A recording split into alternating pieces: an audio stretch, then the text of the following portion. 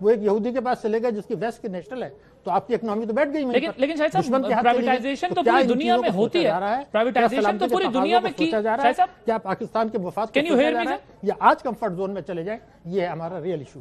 اس پہ قوم کو سوچنا ہے. ٹھیک ہے, ذرا بریف کامنٹ کیجیے گا. ایک تو ہمارے وزیر خزانہ میڈیا کو سوچنا ہے. شاہد صاحب ذرا سب کو بریف کامنٹ کیجیے گا کہ ہمارے وزیر خزانہ کو کیوں یہ ضرورت پیش آئی کہ وہ شروع میں چھپاتے رہے اور ہمیں پھر مغربی اخبارات اور نیوز ایجنسیوں کے ذریعے پتہ چلا کہ یہ جو ڈالرز آئے یہ سعودی عرب سے بھیجے گئے, دوست ملک کی جانب سے بھیجے گئے. کیوں انہیں ضرورت پیش آئی یہ چھپانے کی؟ اگر آئے تھے تو بتا دیا جاتا کہ جی یہاں سے آئے. سب وہ اس وقت اعداد و شمار کے ہیر پھیر میں لگے ہوئے تھے. دوسرا ذرا یہ بھی بتائیے گا کہ آپ نے جس طرح خود جو ہے نشاندہی, کیا طاقتور سے یہاں پر ریکوری نہ ہونے کی سزا عام آدمی کو یہ دی جاتی ہے کہ اس کو پھر ایسٹ انڈیا کمپنی والے زمانے میں بھیجا جا رہا ہے؟ بریف کامنٹ کیجیے گا, وقت ختم ہو رہا ہے.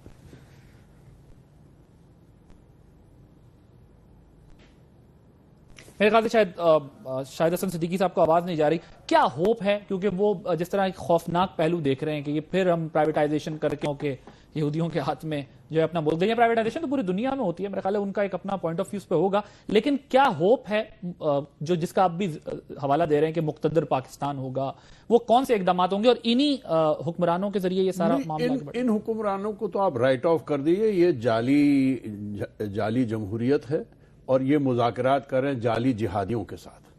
پہلے اس سے ہم فارغ ہو جائیں گے. اور فوج کو ان نے روک کے رکھا ہوا, اور اصل یہ طالبان کو استعمال کرنا چاہتے ہیں فوج کے خلاف. یہ ان کا سارا منشا ہے اور اسی لیے وہ طالبان کو ٹچ نہیں کر رہے ہیں.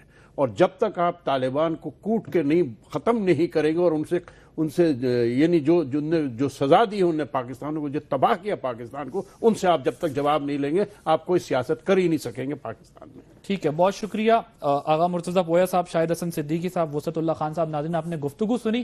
ایک شعر, لگا کے آگ شہر کو یہ بادشاہ نے کہا, اٹھا ہے دل میں تماشے کا آج شوق بہت, جھکا کے سر کو سبھی شاہ پرست بول اٹھے, حضور شوق سلامت رہے شہر اور بہت. عادل عباسی کو اجازت دیجیے, اللہ حافظ.